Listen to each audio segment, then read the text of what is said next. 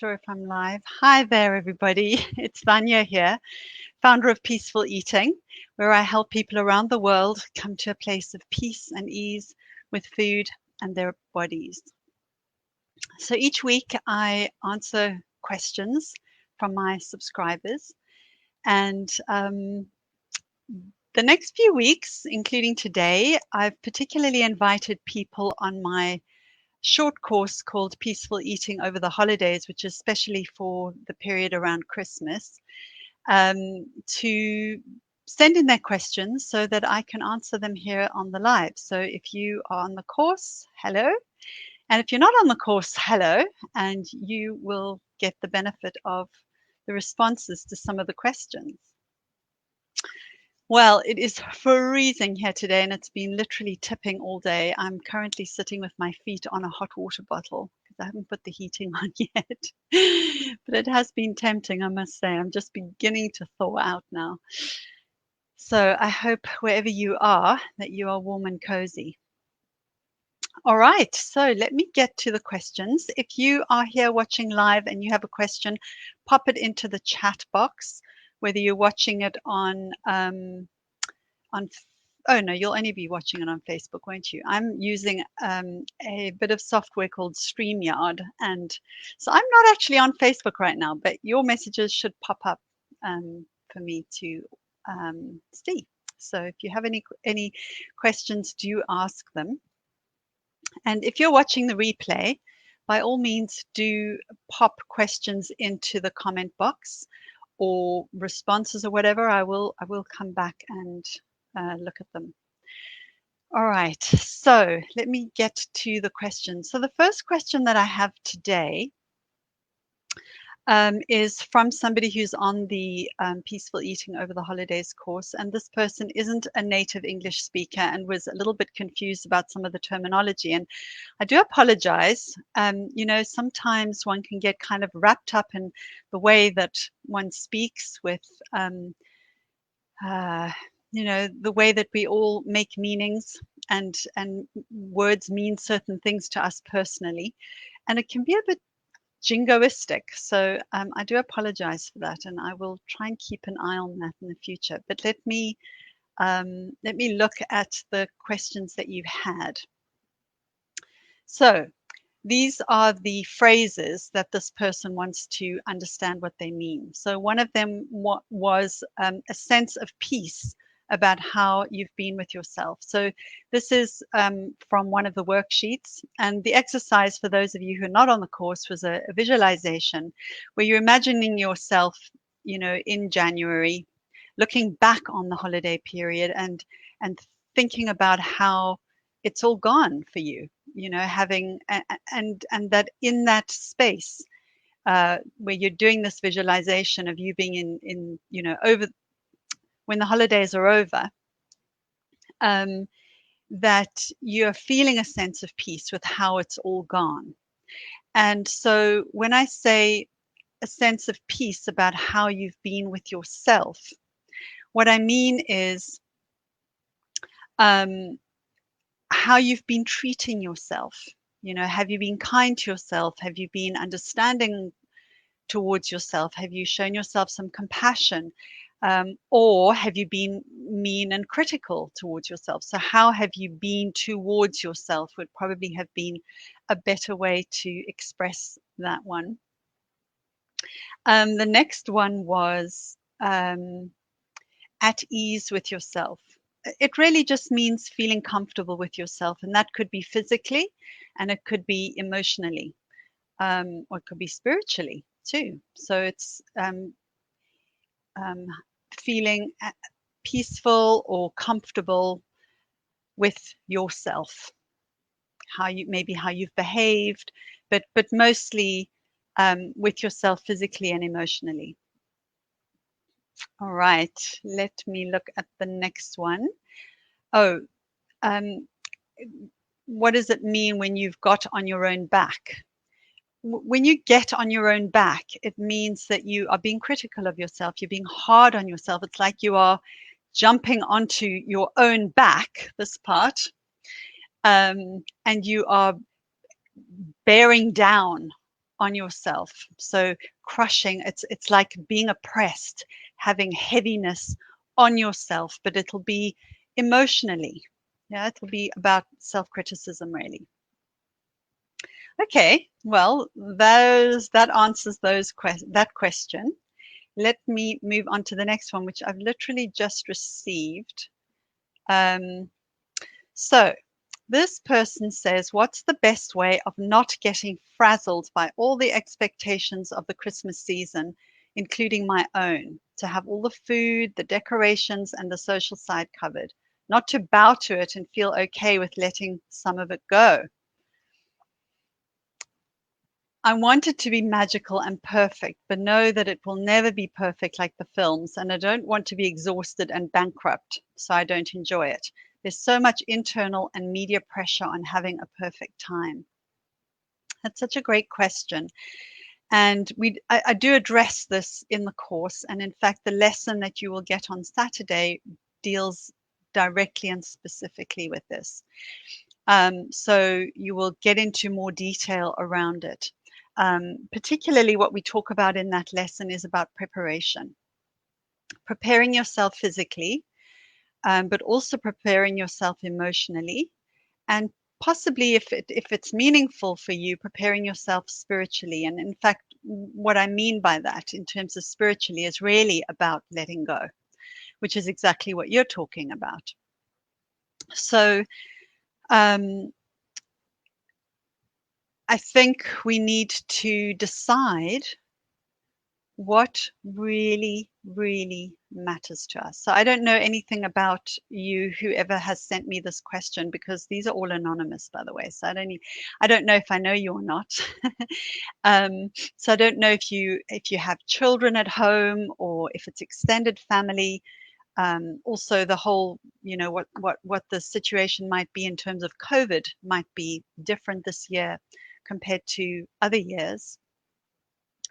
But if you do have children, one of the things that I think I heard something on the radio the other day where I don't remember who was being interviewed. I don't know if it was a child psychologist or something like that, but this person was saying that when they've talked to children, the things that they remember the most about Christmas is really about the togetherness, the funness, rather than, the things, the decorations, or yes, that can be quite fun and different and quite exciting and can definitely add to the atmosphere. But the thing that seems to matter to people most is connection and joy and fun and laughing. So perhaps you can think about what actually matters to you the most in terms of Christmas. What are you doing it for? You say you want it to be magical. So how could it be magical without you needing to recover from Christmas because of all the doing that you've been doing? The other thing that's important, and it's something that we covered in the first lesson, which I hope you've had a look at, is about front loading our self-care. So starting now with every day really thinking about, or not just thinking about, planning in how you are going to best take care of yourself that day. What can you do to make sure that you get time off and time to just put your feet up and rest and do something that's, just for the pure, simple pleasure of it, or simply just to rest. So that is also going to help you not be frazzled. I hope that that makes sense, but it all will be revealed for you in your second lesson in terms of the emotional and physical preparation. Okay, if anybody's got questions, anyone who's watching, do you just pop them in the chat? I'm not getting any coming up here. And I'm not on Facebook, as I said, but they should be popping up for me in my chat here. I'm just going to actually have a quick look to make sure that this whole thing's working, because sometimes it might not be. Okay, it looks like there aren't any questions for the moment. There we go. Here's one. How can I balance eating peacefully with a medical subscribed diet? I'm on some food limitations, including some of my favorites, chocolates and nuts, to help prevent recurring kidney stones. Oh, well, I am really sorry to hear that you are suffering with that. So,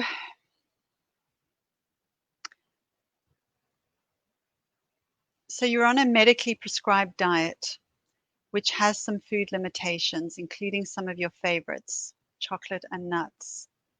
Now, I'm not a dietitian, and I can't give any kind of medical advice.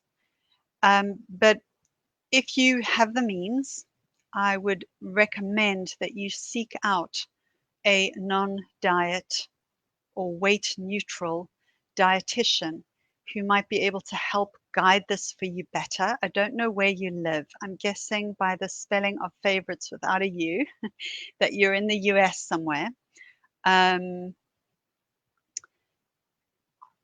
Yeah, that is what I would do.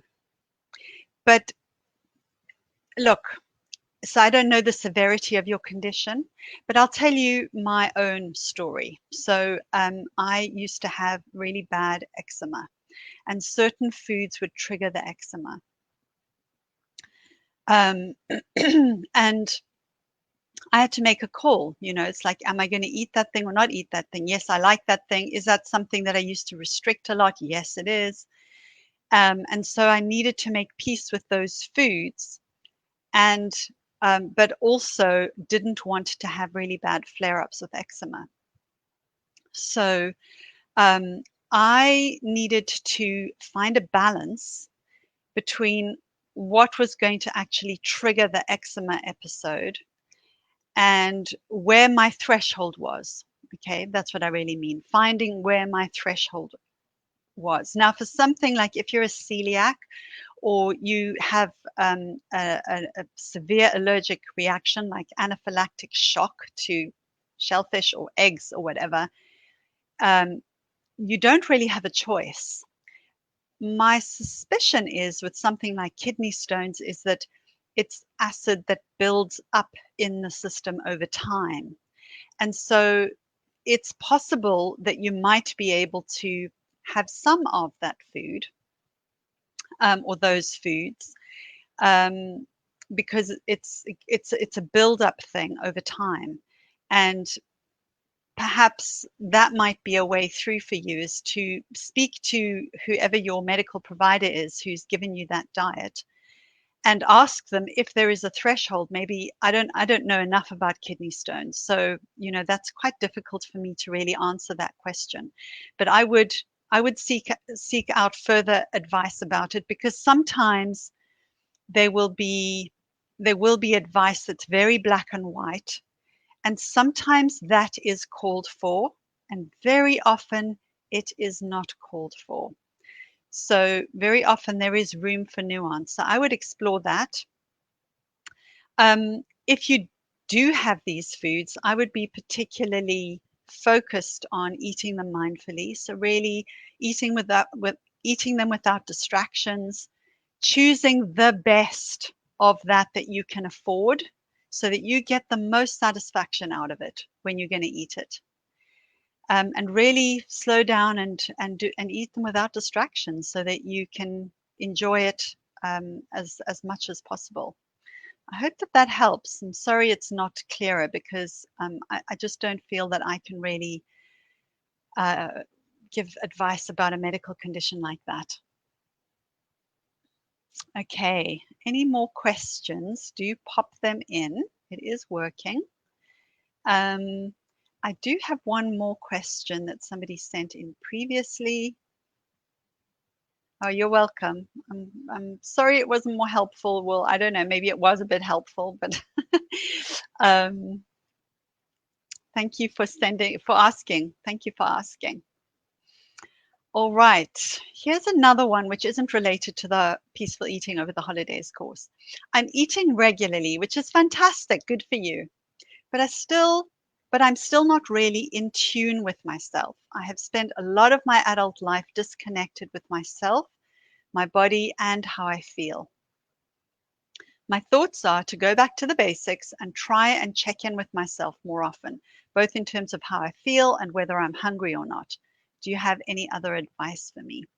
So I do have a few thoughts, and your thoughts are great, by the way. Absolutely. What you need to be doing is checking in with yourself more frequently. And what you might want to do is it's all very well to have an intention to do something. Oh, I'll check in with myself. But you know, you forget, right? Because you're not in the habit of it, and maybe there's some resistance towards it, and yeah, you know, maybe they're feelings, and you don't really want to connect with yourself because you've got all sorts of ideas in your mind about your worthlessness or your or something else. I don't know. I mean, I'm not saying you're worthless. I hope you realized that when I said that. But I mean, the belief that you're worthless, right? So these are things that can get in the way of us actually connecting with ourselves.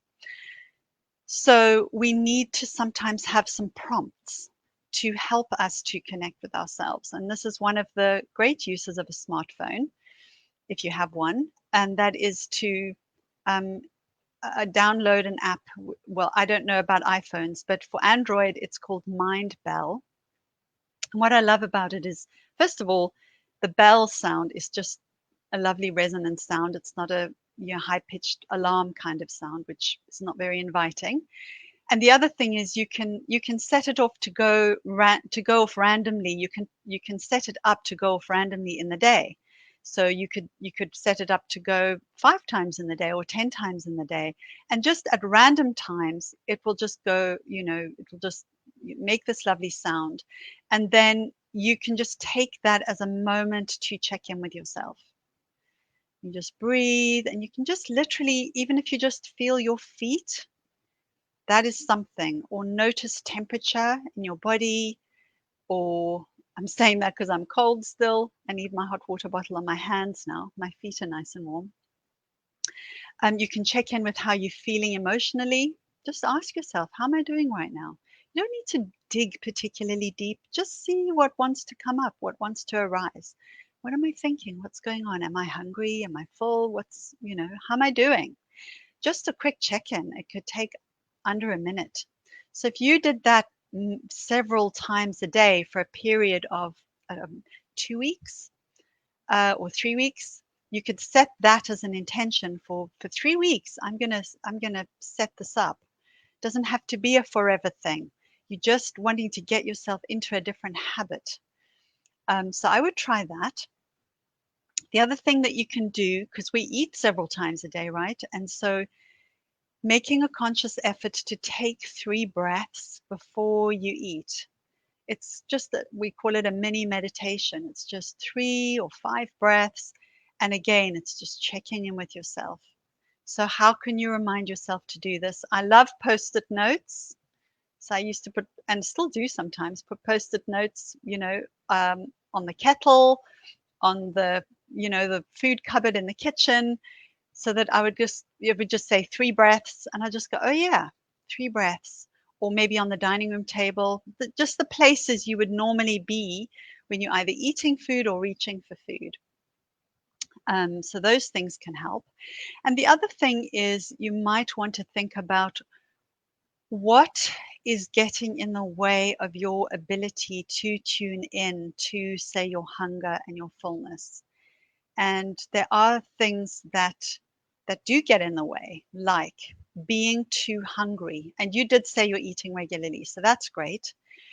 But for anybody else who finds it difficult to be eating with attunement, if you're getting too hungry, that is going to get in the way of your ability to really notice your hunger and your fullness.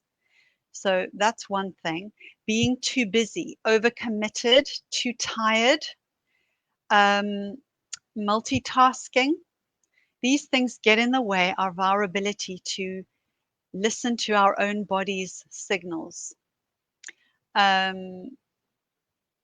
Not having enough support, whether that's physical, practical, emotional, any of that kind of thing, that might also get in the way of your ability to tune into yourself and really be able to listen. And any kind of compulsive behaviors like um, a lot of screen time, shopping, um, any other kind of compulsive behavior can get in the way. So I hope that that helps. It might be good for you to check in with yourself around these things and see what you think is getting in the way of your ability to check in with yourself. All right. That is it for today. Those are all the questions. Doesn't look like there are any others that are coming up. Let me just quickly check my thing. Okay, good. Well, if you've enjoyed this, I hope you'll join me next week at the same time. If you have any questions, you can pop them in the comments where you're watching this video, or you can check out my website, peacefuleating.co.uk/ask, and you can drop an anonymous question there. And do you have my guide to peaceful eating? It is a really quick read, but it has really a roadmap for how to live a life of peace with food. And it's available as an instant download at peacefuleating.co.uk/guide. All right. Thank you so much for being here. And I appreciate you being here. And I'll see you next time. Bye for now.